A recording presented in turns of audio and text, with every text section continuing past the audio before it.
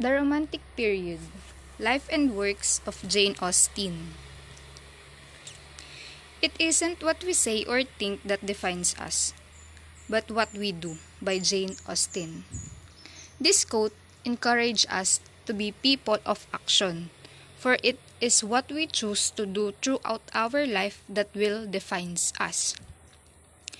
Kumbaga, sa buhay po natin, hindi natin masasabi kung sino tayo sa pamamagitan lamang ng kung ano ang iniisip o nararamdaman at nasasabi natin, kundi ito ay sa kung paano tayo kumilos o gumawa ng isang desisyon sa ating buhay. For example, sa mga taong nakakasalamuhan natin, 'di ba minsan, kung ano yung nakikita natin na ginagawa nila, yun yung binabasehan natin para masabi natin itong taong to ay mabuti o ang taong ito ba ay masama. Dahil nga po nakikita natin yung kanilang ginagawa. Introduction. Jane Austen, 1775 to 1817, was an English novelist, noted for her witty studies of early 19th century English society. Austen portrayed the quiet, day-to-day life of members of the upper middle class. Her works combine romantic comedy with social satire and psychological insight. There are two common themes in Austen's books. First is the loss of illusion, usually leading characters to a more mature outlook. The second is the clash between traditional moral ideals and the everyday demands of life. Because of her sensitivity to universal patterns of human behavior, Austen was one of the greatest novelists of the 19th and 20th centuries. The life of Jane Austen. She was born on 16 December 1775 in Steventon, Hampshire, England. Jane was the seventh child of 8. Apart from 3 years of school in Oxford, she attended with her older sister Cassandra. She was educated at home. At age of 13, she was writing amusing and instructive parodies and variations on 18th century literature, from sentimental novels to serious histories. At age of 23, she had written 3 novels. The first is Elinor and Marian, the second is First Impression, and the third is Susan. In 1801, the family moved to the town of Bath. After Jane's father's death in 1805, Jane, Cassandra, and their mother moved to the village of Chawton, very near Steventon. She led a secluded life with her family, never marrying. Her early works. The first period of her writing lasted from 1795 to 1798. During this time, she wrote the first version of Sense and Sensibility, Pride and Prejudice, then Northanger Abbey. Ang unang version daw po nung Sense and Sensibility na ginawa ni Jane Austen ay itong Elinor and Marian na nakalagay dun sa dun sa kanyang 3 novels. Ito ay tungkol sa si Elinor at Marian ay dalawang babaeng magkapatid na mayroong magkaibang ugali.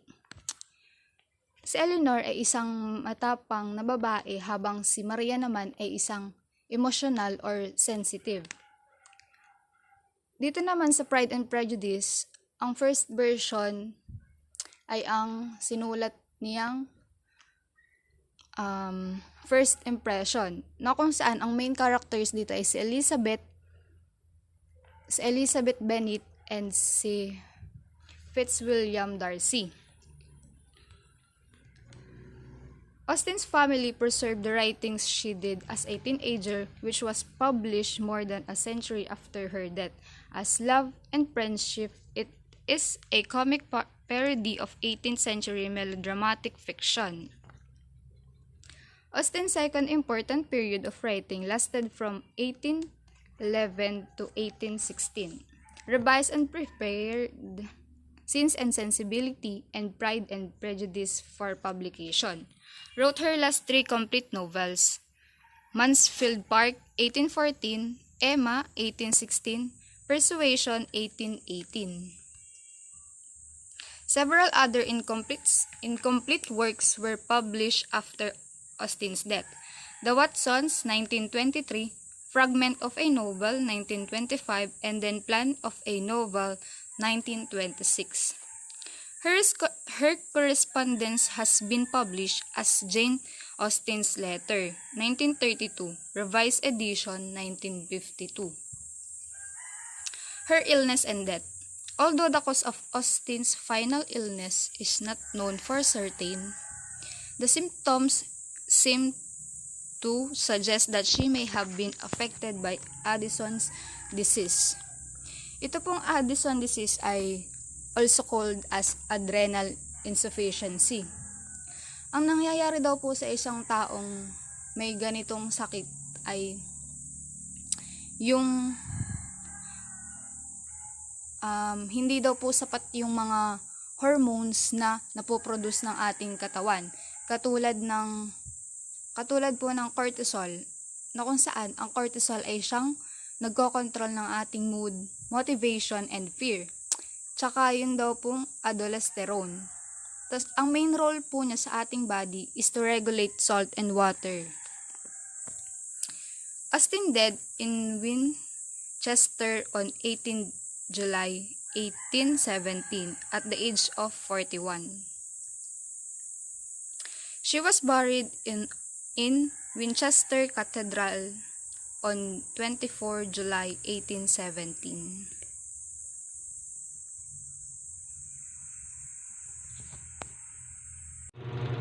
For the continuation of our report, I will tackle about the Jane Austen's Pride and Prejudice. Pride and Prejudice. It is one of the notable works of Jane Austen. It has a complex novel mixing romance with realism. Austen used variety of features to make this novel seem more realistic and relevant to the period of 19th century. At the same time, it has also the touch of romance. The plot of Pride and Prejudice is like the plot of a romance.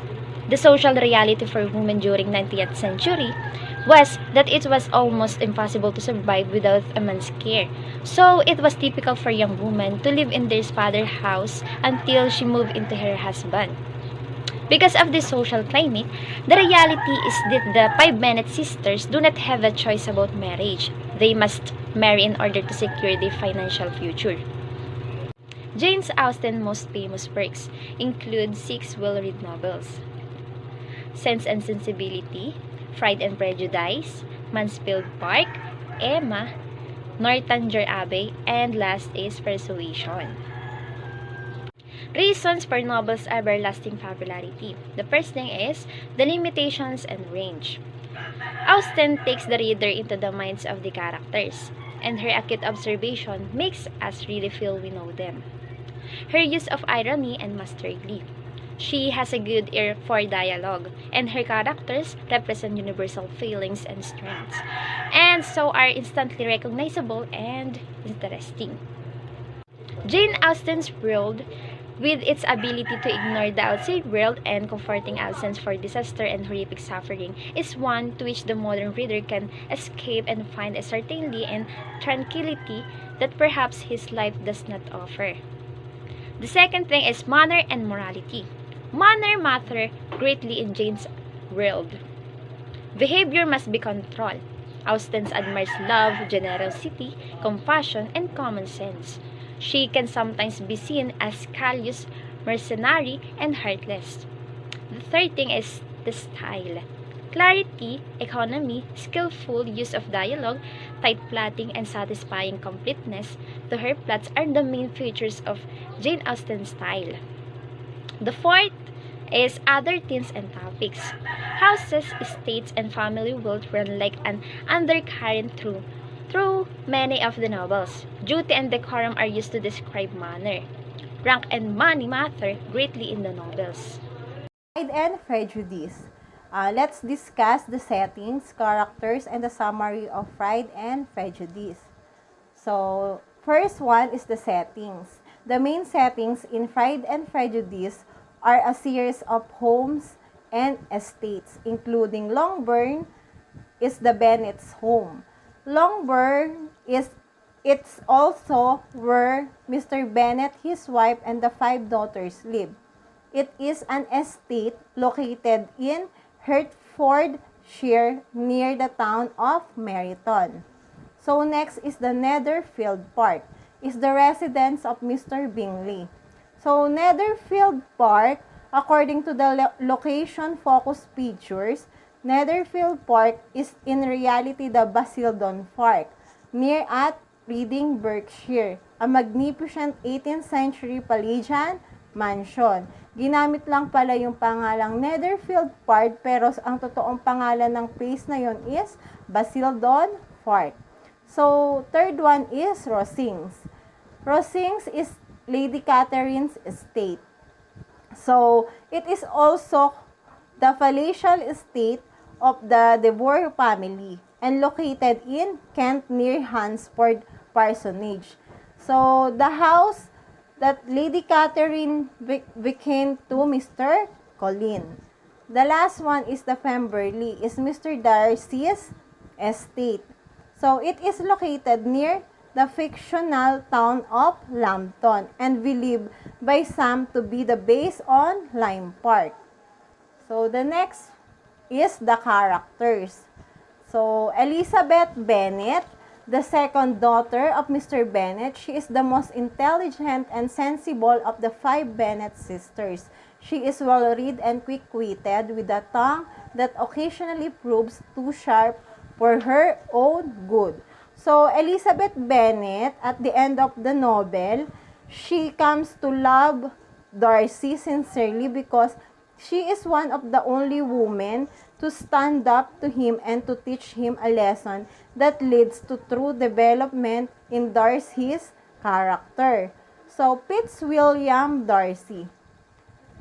A wealthy gentleman, the master of Pemberley, and the nephew of Lady Catherine Devore.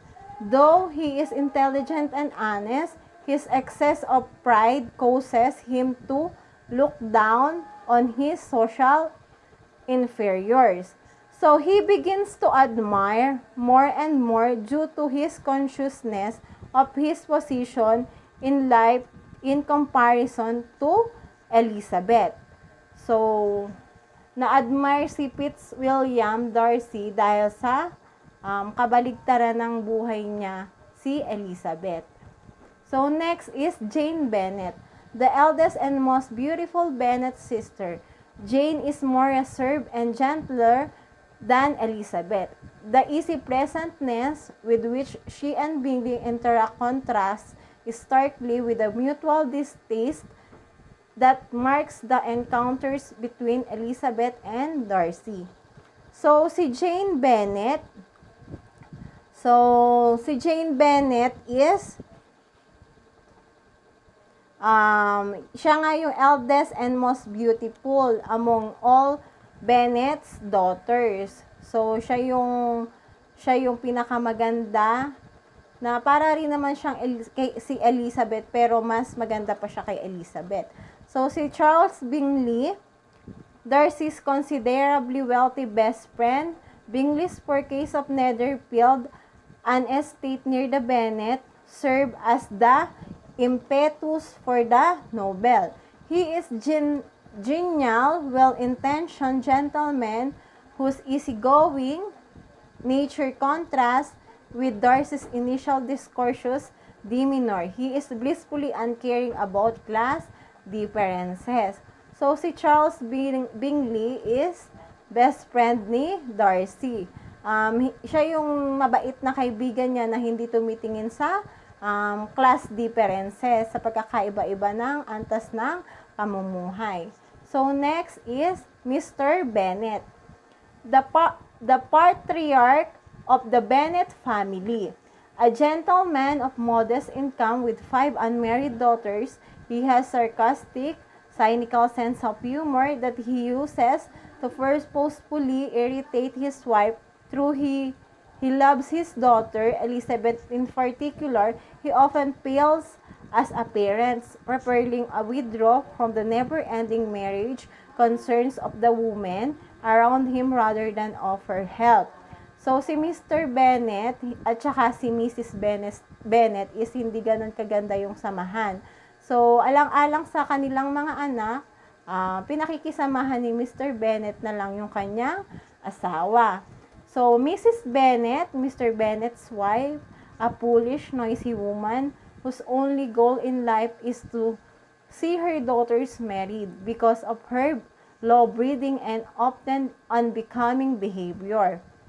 Mr. Bennet often repels the very suitors whom she tries to attract for her daughters. So, si Mrs. Bennet, at the beginning of the novel, wala siyang ginusto kundi magkaroon lang ng mga asawa, yung 5 niyang anak na mga babae. Tapos, kabaligtaran siya ni Mr. Bennet na responsible parent sa 5 niyang mga anak. So, next, George Wickham. So, a handsome fortune-hunting militia officer. Wickham's good looks and charm attract Elizabeth initially, but Darcy's revelation about Wickham's disreputable past clues her into his true nature and simultaneously draws her closer to Darcy. So, si Wickham, sa unang pagkikita nila ni Elizabeth, na-attract siya sa kagandahan ni Elizabeth. Pero nung nalaman ni Elizabeth yung revelation ni Darcy about kay George Wickham, parang naiba yung principle niya ni Elizabeth kay George Wickham. So, Lydia Bennet, the youngest Bennet sister. She is gossipy, immature, and self-involved. Unlike Elizabeth, Lydia flings herself headlong into romance and ends up running off with Wickham. So, si Lydia Bennet sa novel is parang siya yung nakamana sa attitude ng kanyang ina na si Mrs. Bennet. So, next, Mr. Collins, a pompous, generally idiotic clergyman who stands to inherit Mr. Bennet's property. Mr. Collins' own social status is nothing to brag about, but he takes great pains to let everyone and anyone know that Lady Catherine de Bourgh served as his patroness. He is the worst combination of snobbish and obsequious. So, si Mr. Collins, siya din yung distant cousin ni Mr. Bennet. So, dito sa novel, si Mr. Collins yung pag namatay si Mr. Bennet, ay sa kanya mapupunta yung mga property ni Mr. Bennet because he is the nearest male heir would inherit the property. So, siya kasi yung pangalawang sa magpipinsan, pangalawang lalaki na pwedeng magmana ng mga property. So, Miss Bingley, Bingley's snobbish sisters. Miss Bingley wears inordinate disdains for Elizabeth's middle-class, Elizabeth's self-possessed characters even more. So, he play a role of a minor antagonist in the novel as a younger sister of Charles Bingley and Louisa Hurst. So, next, Lady Catherine de Bourgh. A rich, bossy noblewoman, Mr. Collins' patron and Darcy's aunt, Lady Catherine epitomizes class snobbery, especially in her attempts to order the middle-class Elizabeth away from her well-bred nephew. So, si Lady Catherine de Bourgh, so she tries to intimidate Elizabeth because she thinks that Elizabeth wants to marry Mr. Darcy. So, Mr. and Mrs. Gardiner, Mrs. Bennet's brother and his wife. The Gardiners, caring, nurturing, and full of common sense, often proved to be better parents of the Bennet daughters than Mr. Bennet and his wife. So, Mr. and Mrs. Gardiner is required as a wise advisor for the Bennet sisters to compensate for the silliness of their mother. So, si Charlotte Lucas, Elizabeth's dear friend, pragmatic where Elizabeth is romantic and also 6 years older than Elizabeth. Charlotte does not view love as the most vital component of a marriage. She is more interested in having a comfortable home. Thus, when Mr. Collins possesses, she accepts. So si Charlotte Lucas, she does not love Mr. Collins, but she marry him because of stable income and offer her the opportunity to have a home of her own. Kaya niya lang pinakasalan si Charlotte Lucas. So, si Mr. Collins ni Charlotte Lucas. Hindi niya talaga totoong mahal si Mr. Collins. Georgina Darcy. So, Darcy's sister, she is immensely pretty and just as shy. She has a great skill of playing the pianoforte. So, ito yung younger sister ni Darcy, ni Mr. Darcy, si Georgiana. So, next is Mary Bennet, the middle Bennet sister, bookish and pedantic. Mahilig siyang magbasa. So, si Catherine Bennet, the fourth Bennet sister, like Lydia, she is girlish, enthralled with the soldier. So, that's all for my assigned topic. So, thank you. Summary, Chapter 1 to 2. It is a truth universally acknowledged that a single man in possession of a good fortune must be in want of a wife. Nang dumating nga yung balita na si Charles Bingley, kung saan siya ay wealthy young gentleman na nagrent nga sa manor known as Netherfield Park, na parang nagulantang ang kanilang village, na kung saan nakatira din doon yung Bennet family.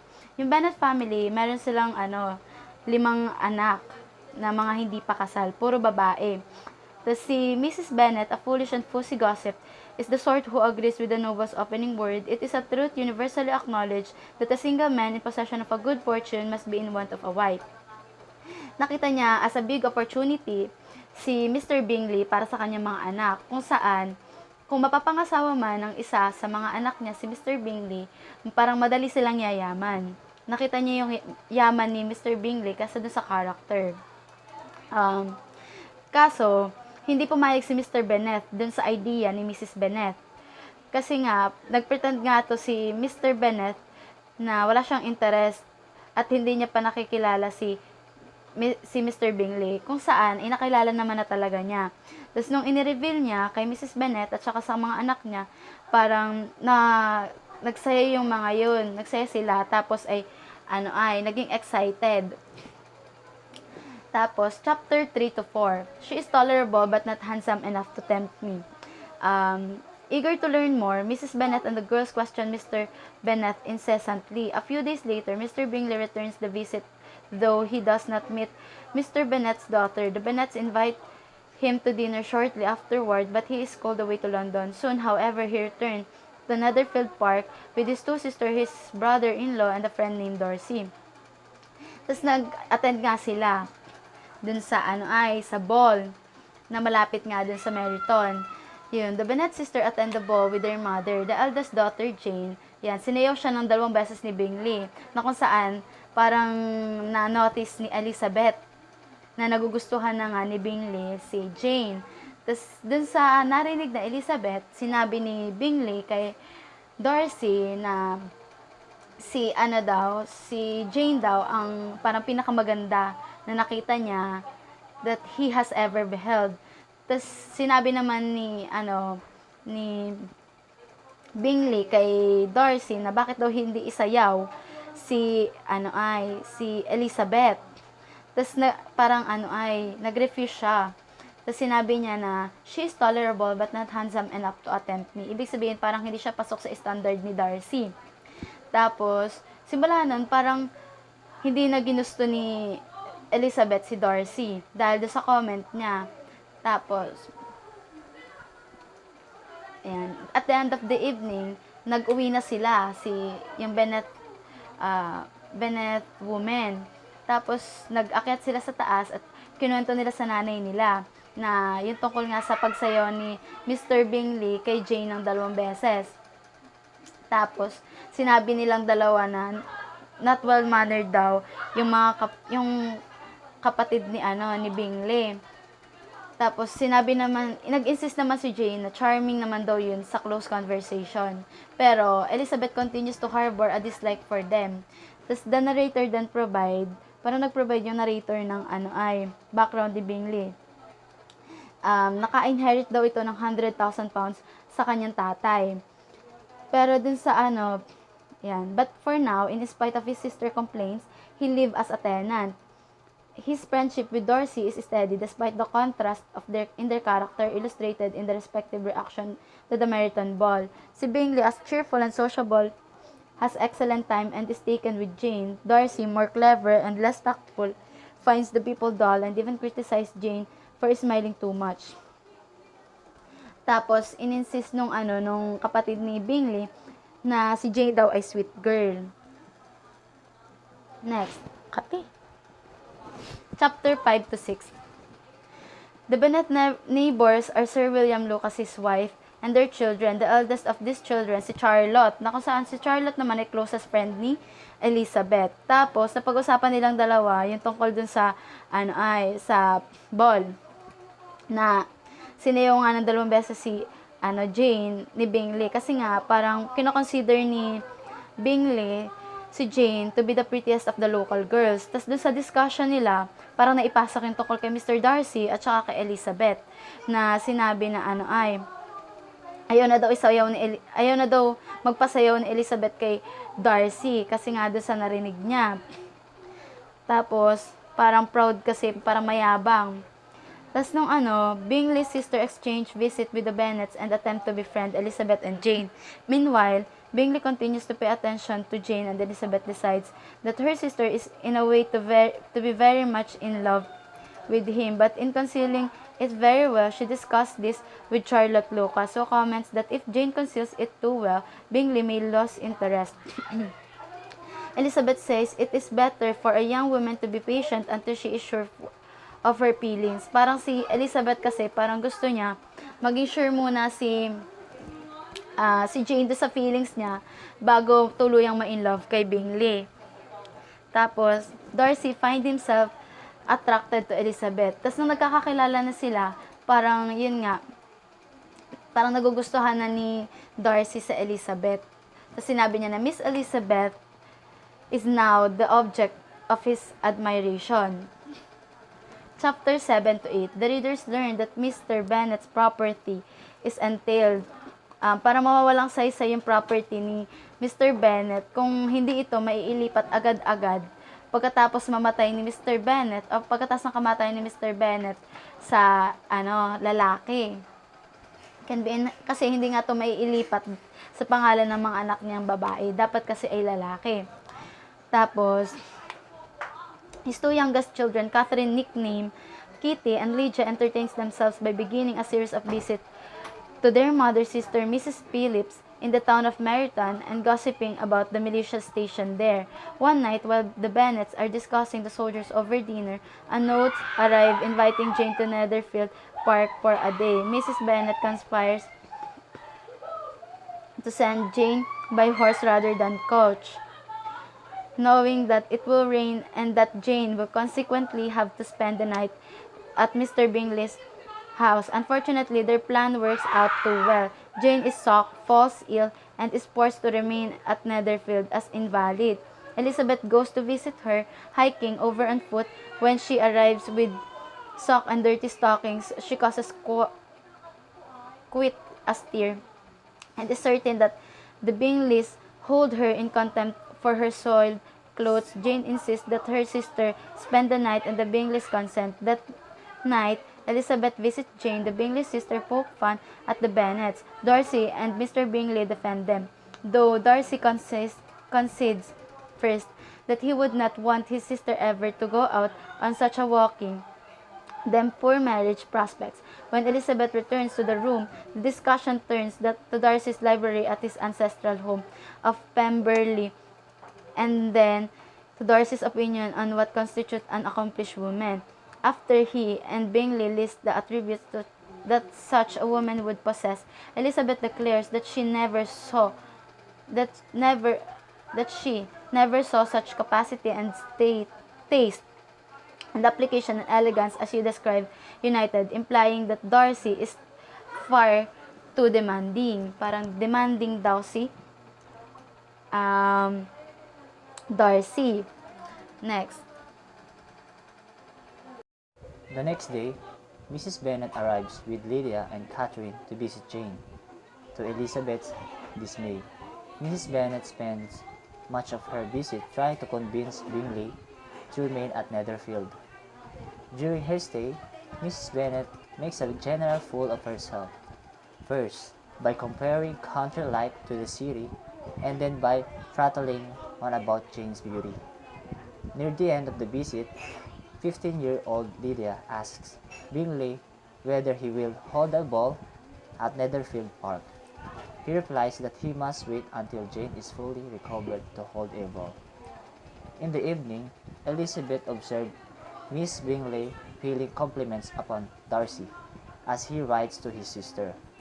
The conversation turns to Bingley's style of letter writing and then to Bingley's impetuous behavior, which entangles Elizabeth and Darcy in an argument over the virtues of accepting the advice of friends.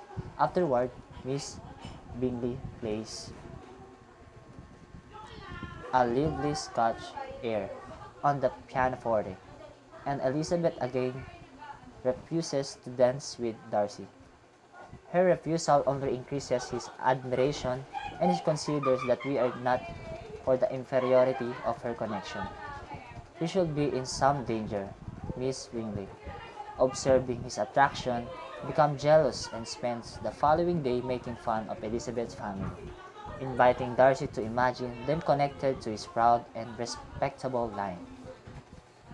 That night, Miss Bingley begins reading an imitation of Darcy, a further attempt to impress him. She chooses her book merely because it is the second volume of the one that Darcy is reading. Of course, being uninterested in literature, she is quickly bored and says loudly, "I declare, after all, there is no enjoyment like reading. How much sooner one tires of anything that of a book.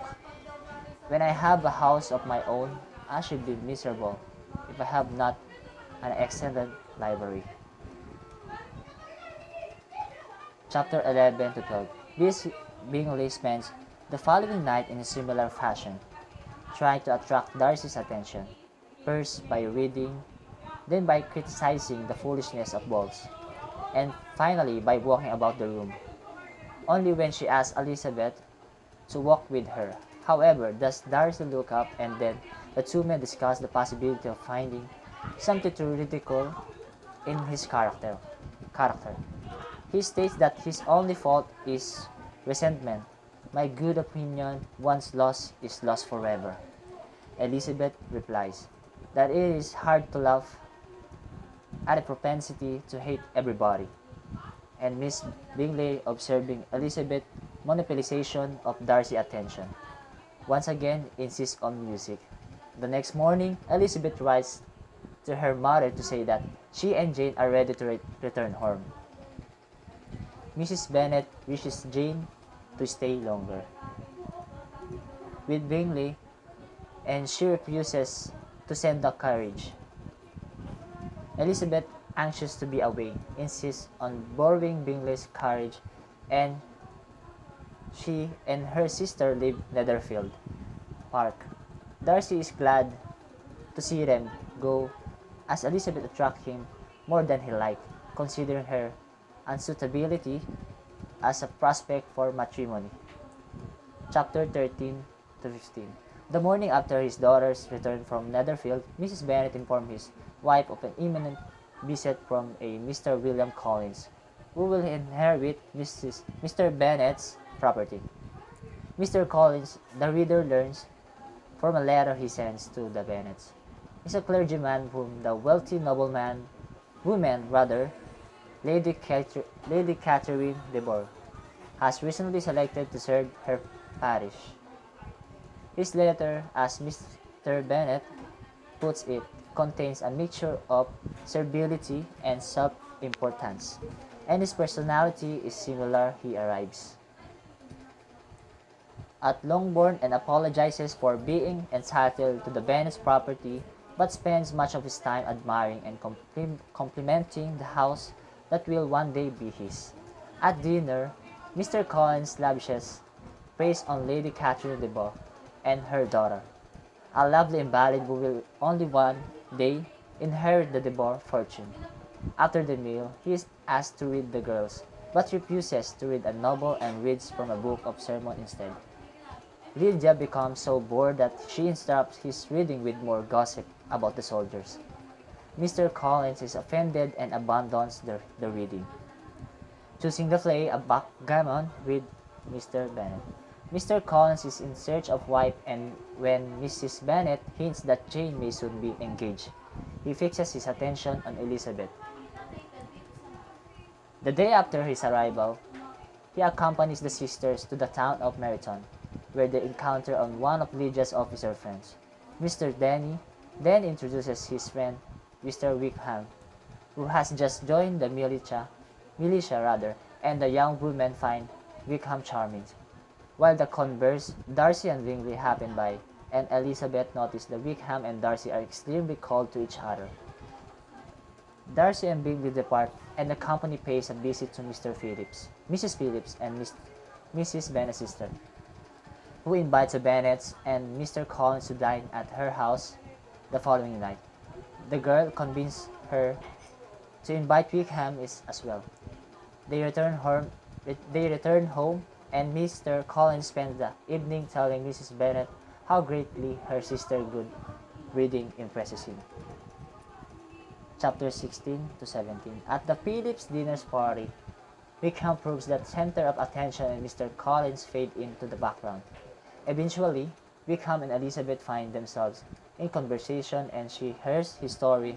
He had planned on attending the ministry rather than a militia, but was unable to do so because he lacked money. Darcy's father, Wickham says, had intended to provide for him, but Darcy used a loophole in the will to keep the money from himself. Elizabeth, who instinctively likes and trusts Wickham, accepts his story immediately. Later in the evening, while she is watching Mr. Collins, Wickham tells her that Darcy is Lady Catherine de Bourgh's nephew. He described the Lady Catherine as a dictatorial and insolent rather. Elizabeth leaves that party thinking of nothing but Mr. Wickham and what he had told her all the way home. She had decided that Darcy deserves nothing but contempt. Elizabeth expresses this feeling to Jane the next day, and Jane defends Darcy, saying that there is probably a misunderstanding between the two men. Elizabeth will have none of it, and when Bingley invites the neighborhood to a ball the following Tuesday, she looks forward to seeing Wickham. Unfortunately, she is forced to promise the first two dances to Mr. Collins. Chapter 18. Much to Elizabeth's dismay, Wickham does not attend the ball. Mr. Denny tells Elizabeth and Lydia and the Darcy presence keeps Wickham away from Netherfield. Elizabeth's unhappiness increased during too. Clumsy dances and Mr. Collins enriches her speak when she finds herself dancing with Darcy. The conversation is awkward, especially when she mentioned Wickham, a subject Darcy clearly wishes to avoid. At the end of the dance, Elizabeth encounters Miss Bingley, who warns her not to trust Wickham. Elizabeth assumes that Bingley's sister is only being spiteful, however, and chooses to ignore the warning. Jane then tells her sister that she has Bingley for information, but Wickham. But everything Bingley knows about the officer comes from Darcy and is therefore in Elizabeth's mind suspect. Mr. Collins meanwhile realized that Darcy is related to his patroness, Lady Catherine. In spite of Elizabeth's best attempts to dissuade him, he introduces himself. Darcy treats Mr. Collins with contempt, but Mr. Collins is too obtuse that does not notice. At supper, Mrs. Bennet discusses the hope for union of Bingley and Jane so loudly that Elizabeth criticized her. Noting that Darcy is listening, Mrs. Bennet, however, ignores Elizabeth and continues rambling about the impending marriage. At the end of the meal, Mary performs a terrible song for the company, and Mr. Collins delivers a speech of epic and absurd pomposity. Elizabeth feels that her family has completely embarrassed itself. Chapter 19 to 21. The next day, Mr. Collins proposed marriage to Elizabeth, assuming that she will be overjoyed. She turns him down as gently as possible, but he hints that she will change her mind shortly. Mrs. Bennet, who regards as a match between her daughter and Mr. Collins as advantageous, is infuriated. She tells Elizabeth that if she does not marry Mr. Collins, she will never see her again, and she asks Mr. Bennet to order Elizabeth to marry the clergyman. Her husband refuses, and befitting his wit and his desire to annoy his wife, actually informs his daughter that if she were to marry Mr. Collins, he would refuse to see her again. A few days after the refused proposal, Elizabeth encounters Wickham in Meryton. He apologizes for his absence from the ball and walks her home, where Elizabeth introduces him to her parents. That same day, a letter arrives for Jane and from Miss Bingley, informing her that Bingley and his park are returning to the city, indefinitely implying the Bingley plans to marry Darcy's sister, Georgiana.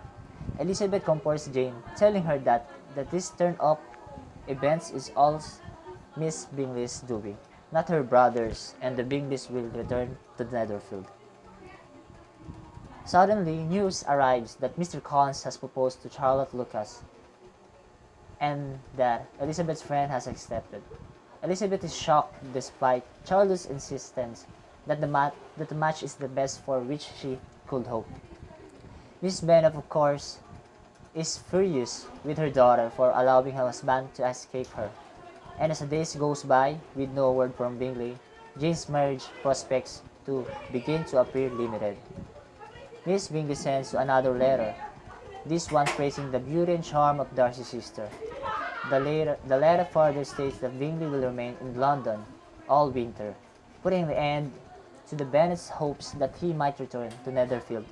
Elizabeth is very upset by this news, and complains to Jane that people lack merit or sense, referring to Bingley for apparently abandoning Jane, and to Charlotte Lucas for agreeing to marry Mr. Collins. Meanwhile, Mrs. Bennet hopes of seeing her daughters wed fade rapidly. Mr. Bennet seems amused. He encouraged Elizabeth's interest in Wickham, so that she, like her sister, can be crossed in love. Mrs. Bennet brothers, Mr. Gardiner comes to the stay with the family, immediately recognizing Jane's sadness. The Gardiners invite Jane to accompany them back to London when they finish their visit, hoping that a change in a scenery might raise Jane's spirits. Jane accepts, excited also that in London she might get an opportunity to see Mr. Bingley. In the course of evenings spent with the various friends and the military officers, Mrs. Gardiner noticed that Elizabeth and Wickham, though not in a serious or sort of love, show a definite preference for each other. Because of his lack of money, Mrs. Gardiner does not think of Wickham as a good match for Elizabeth. Though she's fond of Wickham's stories of his life and around Darcy Estate at Pemberley, which is near where Mrs. Gardiner grew up. Chapter 26. On the first opportunity, Mrs. Gardiner warns Elizabeth that Wickham's lack of money makes him an unsuitable match. She further says that Elizabeth should be careful not to embarrass her father by becoming attached to Wickham. Elizabeth responds carefully, stating that she will try to keep Wickham from falling in love with her and she devotedly wishes not to upset her father, but concluding that all she can do is best. After Jane and the Gardiners depart for London, Mr. Collins returns for a visit as parish for his wedding. Elizabeth reluctantly promises to visit Charlotte after her marriage. Meanwhile, Jane's letter from London recounts how she called on Miss Bingley and how Bingley was called to her and visited her only briefly in return. Jane believes that Bingley's sister views her as an obstacle to her brothers marrying Georgiana Darcy. Mrs. Gardiner writes to Elizabeth to ask about Wickham, and Elizabeth replies that his attention has shifted to another girl, a Miss King who has just inherited a large fortune. This turn of events touches Elizabeth's heart, but slyly, and her vanity was satisfied with believing that she would have been his only choice, had fortune permitted it. The narrator then goes on to point out that Elizabeth's equanimity about Wickham trying to marry for money is somewhat out of joint with her disgust that Charlotte would do the same thing. As for Elizabeth, the very limited pain that Wickham's transfer of affection caused her makes her believe she was never in love with him. In March, Elizabeth travels with Sir William Lucas to visit Charlotte and her new husband. Mr. Collins on the way, they spend a night in London with Jane and the Gardiners. Elizabeth and Mrs. Gardiner speak about Wickham's attempts to win over Miss King. Mrs. Gardiner is critical of him, calling him mercenary, but Elizabeth defends him, calling him a prudent before Elizabeth leaves London. The Gardiners invite her to accompany them on a tour. Perhaps out of the lakes, Elizabeth gleefully accepts. When Elizabeth arrives in Hansford, the location of Mr. Collins' parish, the clergyman greets her enthusiastically, as does Charlotte on the second day of her visit. She sees Miss Devore, Lady Devore's daughter, from a window. The girl is sickly and cross, Elizabeth decides, and she imagined with some satisfaction Darcy marrying such an unappealing person. Miss Devore invites them to dine at Rosings, a mansion that owes even Sir William Lucas with a grandeur. At dinner, Lady Catherine dominates the conversation. After the meal, she grills Elizabeth concerning her upbringing, deciding the Bennet sisters have been badly reared. The failure of Mrs. Bennet to hire a governess, the girl's lack of musical and artistic talents, and Elizabeth's own impudence are all mentioned before the end of the evening. Chapter 30 to 32. Sir William departs after a week, satisfied with his daughter's contentment. Shortly thereafter, Darcy and a cousin named Colonel Fitzwilliam visit their aunt on Rosings. When Mr. Collins pays his respect, the two men accompany him back to his parsonage and visit briefly with Elizabeth and Charlotte. Another invitation to Rosings follows, and the Colonel Fitzwilliam pays special attention to Elizabeth during the dinner. After the meal, she plays the pianoforte and pokes fun at Darcy, informing Colonel Fitzwilliam of his bad behavior at Meryton Ball, and which he refused to dance with her. Lady Catherine lectures Elizabeth on the proper manner of playing the instrument, forcing Elizabeth to remain at the keyboard until the end of evening. The next day, Darcy visits the parsonage and tells Elizabeth that Bingley is unlikely to spend much of his time at Netherfield Park in the future.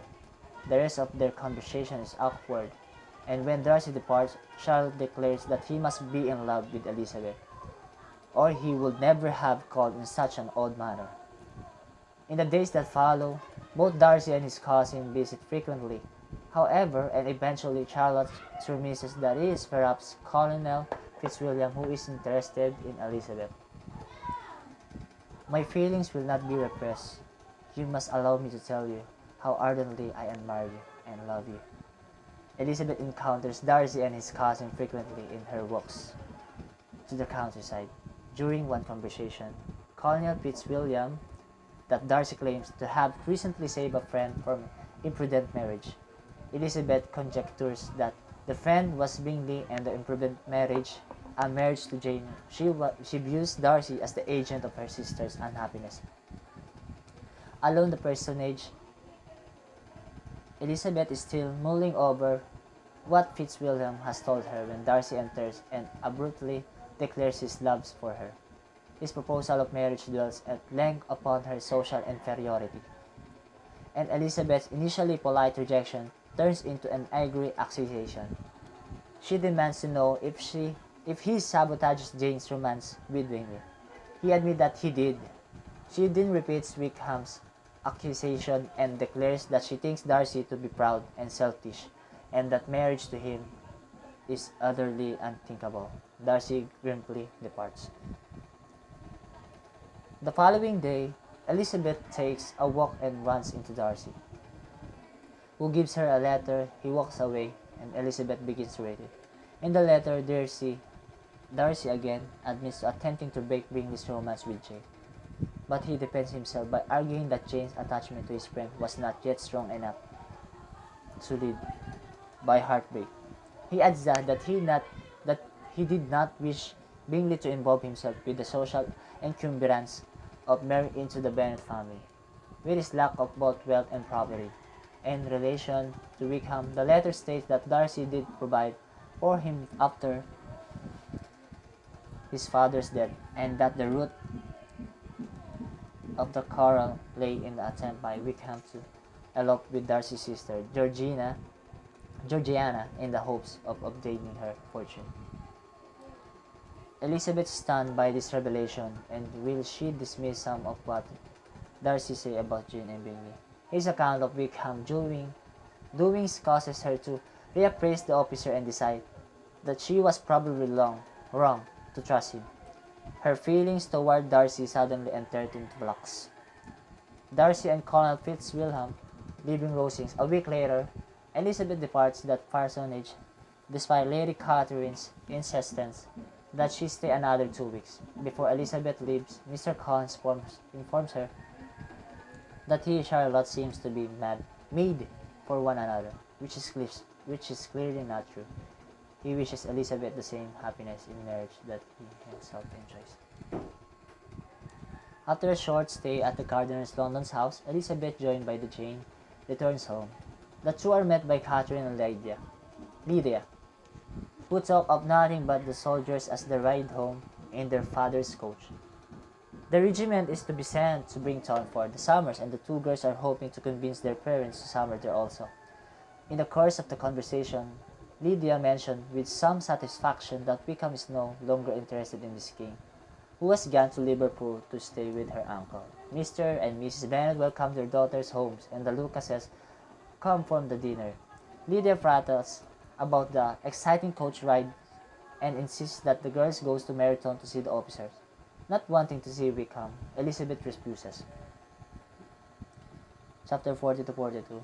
Elizabeth tells James that the truth about Wickham. They debate whether to expose him publicly, ultimately deciding against it. Meanwhile, Mrs. Bennet continues to bemoan the loss of Mr. Bingley as a husband for Jane, and voices her displeasure at the happy marriage of Charlotte and Mr. Collins. Lydia is invited to spend the summer in Brington by the wife of Colonel Forster. Mr. Bennet allows her to go, assuming that the colonel will keep her out of trouble. Elizabeth sees Wickham once more before his regiment departs, and they discuss Darcy in a guarded manner. Elizabeth avoids any mention of what she has discovered. The soldiers leaves Meriton for Bington. Kate is distraught to see them go and even more distraught that her sister is allowed to follow them. In July, Elizabeth accompanies the Gardiners on a tour of the Derbyshire countryside, and their travels take them close to Darcy Manor, Pemberley. Hearing that Darcy is not in the neighborhood, she agrees to take a tour of the estate. And at that moment, she felt that to be mistress of Pemberley might be something. As Elizabeth tours the beautiful estate of Pemberley with the Gardiners, she imagined what it would be like to be mistress to her, as does her wife. The housekeepers, Mr. Reynolds, showed them portraits of Darcy and Wickham and relates that Darcy, in his youth, was the sweetest, most generous-hearted boy in the world. She adds that he is the kindest of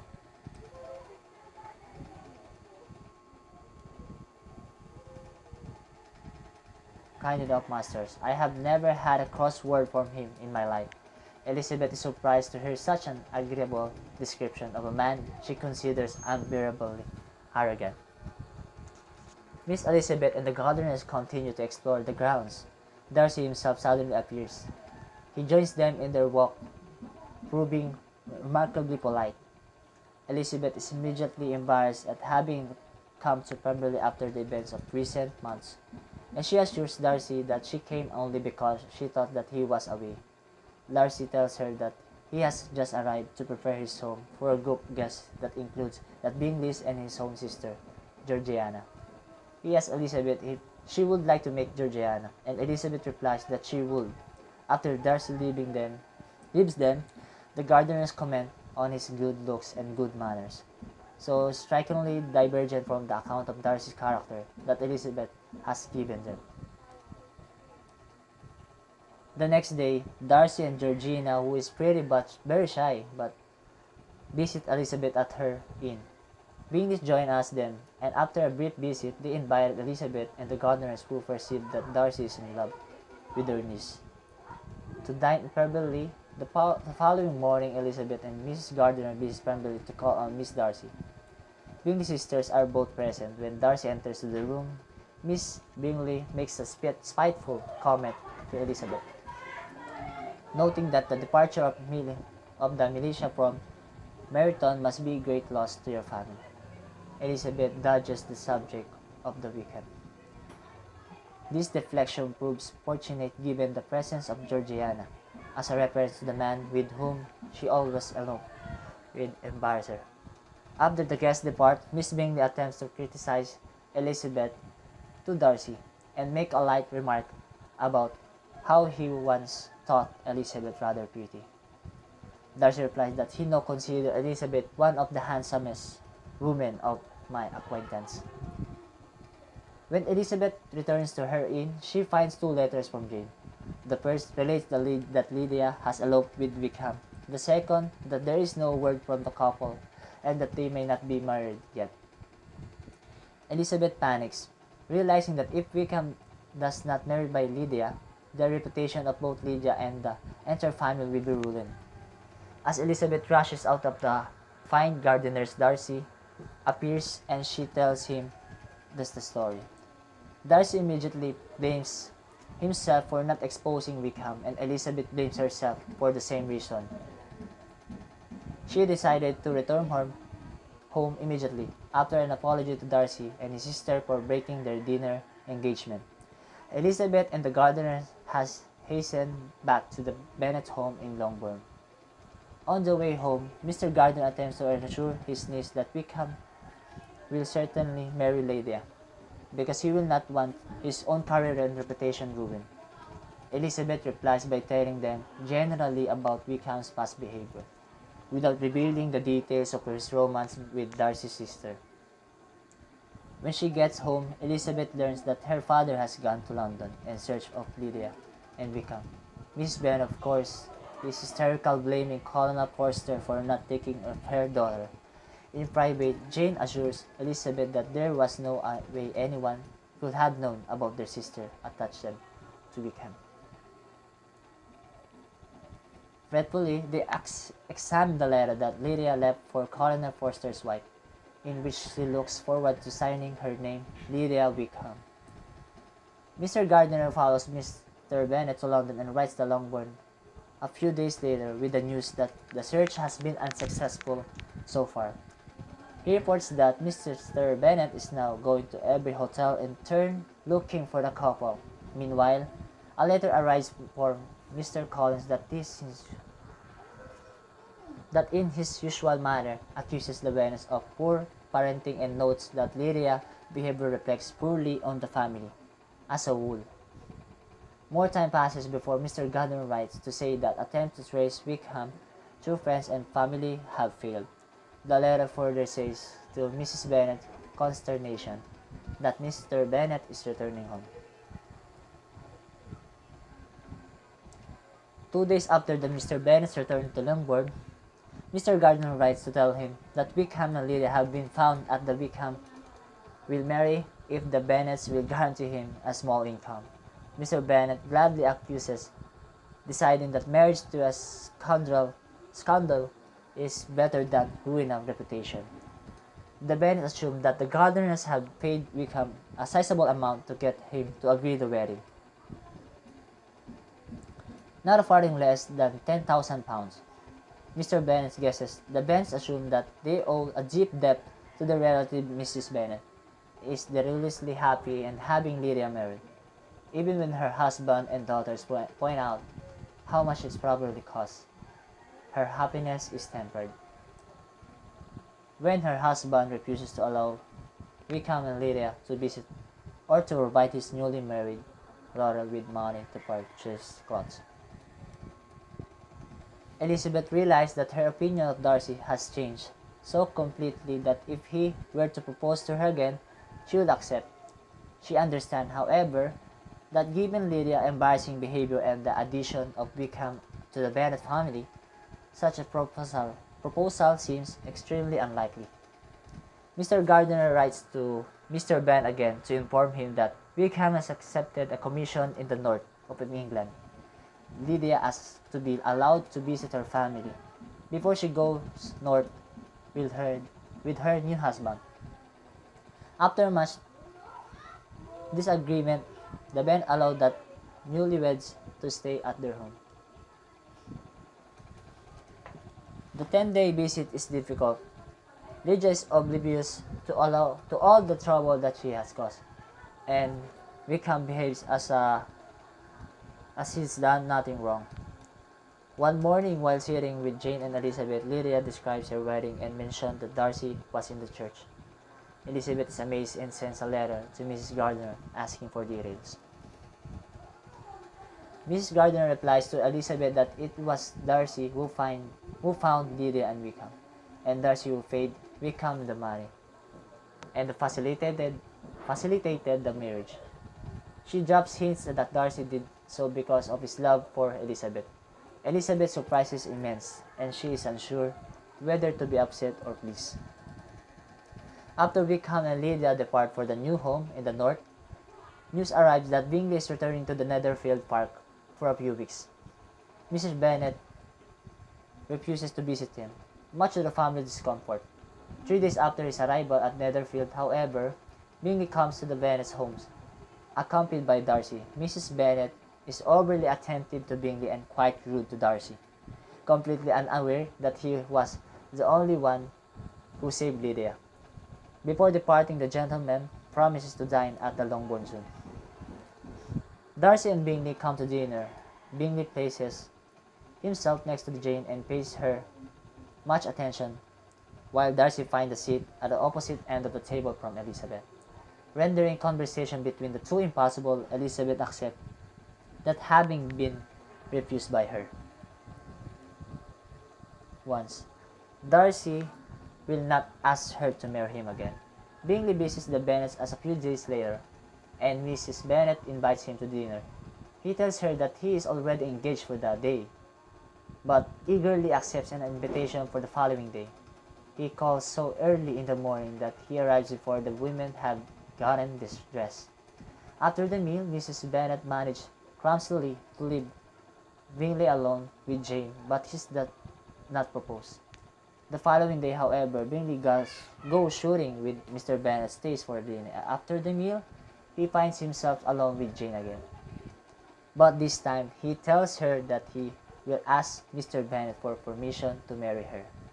Mr. Bennet happily agrees, and Jane tells Elizabeth that she is the happiest creature in the world. The engagement settled, Bingley comes to visit often. James learned that B had no idea that she was in London over the winter, and she realizes that his sister were attempting to keep him away from her. Meanwhile, the neighborhood agrees that the Bennets are extremely fortunate in the daughter's marriage. A week after, Bingley and Jane become engaged. Lady Caroline de Bourgh visits the Bennets. The noblewoman wants to speak with Elizabeth and insists that they walk outside to hold a conversation. There, Lady Caroline informs Elizabeth that she has heard a rumor that Darcy is planning to marry her.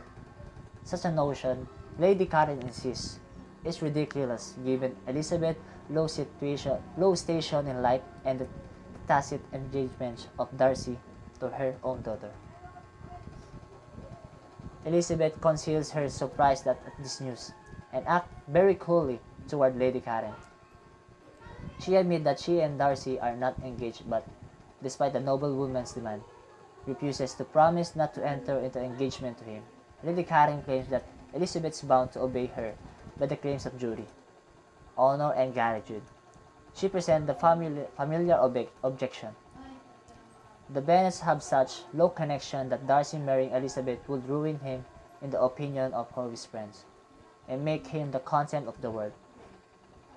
Elizabeth defends her family, declaring, "I am gentleman's daughter," and asserts her independence from the exasperating control that such snobs as Mr. Collins, Miss Bingley, and Lady Caroline herself always attempt to exert over their social inferiors. "I am resolved," she says, "to act in the matter which will, in my own opinion, constitute my happiness, without reference to you, or to any person so wholly unconnected with me." Lady Caroline leaves furious and frustrated, and Elizabeth keeps their conversation secret. "My affection and wishes are unchanged, but one word from you will silence me on this subject forever." A short time later, a letter arrives from Mr. Collins that suggests that an engagement between Darcy and Elizabeth is imminent. The letter comes to Mr. Bennet, who reads it to Elizabeth and comments on the absurdity of the idea of an engagement with Darcy, who never looked at any woman but to see blemish, and who probably never looked at you in his life. A little while after Lady Caroline visit, Darcy again comes to stay with Bingley at Netherfield. The troop visit Bennets, and everyone takes a walk together. Elizabeth and Darcy lag behind, and when they are alone, Elizabeth thanks him for his generosity in saving Lydia Gold's name. Darcy replies that he did so only because Lydia is her sister. He then says that his feelings toward her have not changed since his proposal.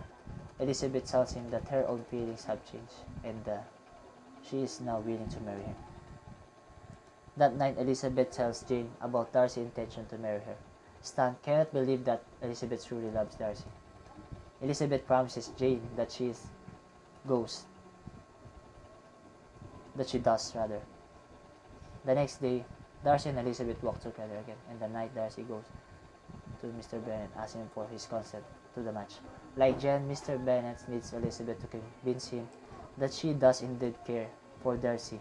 After she assures of her love, she tells him how Darcy feared of Wickham. Mrs. Bennet then learns of her daughter's engagement and is actually struck dumb for a time before bursting into cries of delight. Darcy and Elizabeth discuss how their love began and how it developed. Darcy writes to inform Lady Catherine of his engagement, while Mr. Bennet to Mr. Collins to do likewise. The Collins come to the Longbourn to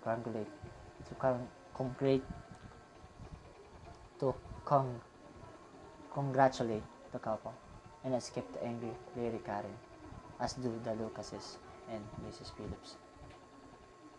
After the wedding, Bingley purchased an estate near Pemberley, and the Bennet sisters visit one another frequently. Kate is kept away from the Lydia and her bad influence, and she matures greatly by spending time at her elder sister homes. Lydia and Wickham remain incorrigible, asking Darcy for money and visiting the Bingley so frequently that even the good-humored Bingley grows tired of them. Elizabeth becomes great friends with Georgina.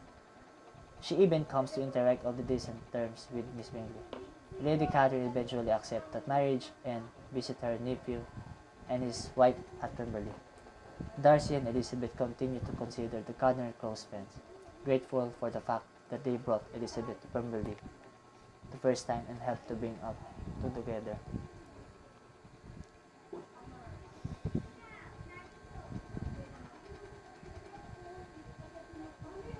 Um, for the for this novel of for this novel I realized that you can find a person that that you that that will truly love you at the right time. Don't base in money. Instead, search for a love that will last.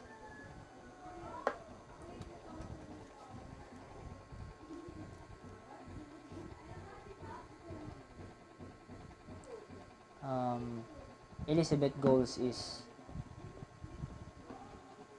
um, is to do marriage. Marriage for love. Kumbaga, para sa aming mga lalaki, as a man, um, if we date a girl, a woman, uh, we we date we date them to marriage, not for constant feelings or instant feelings.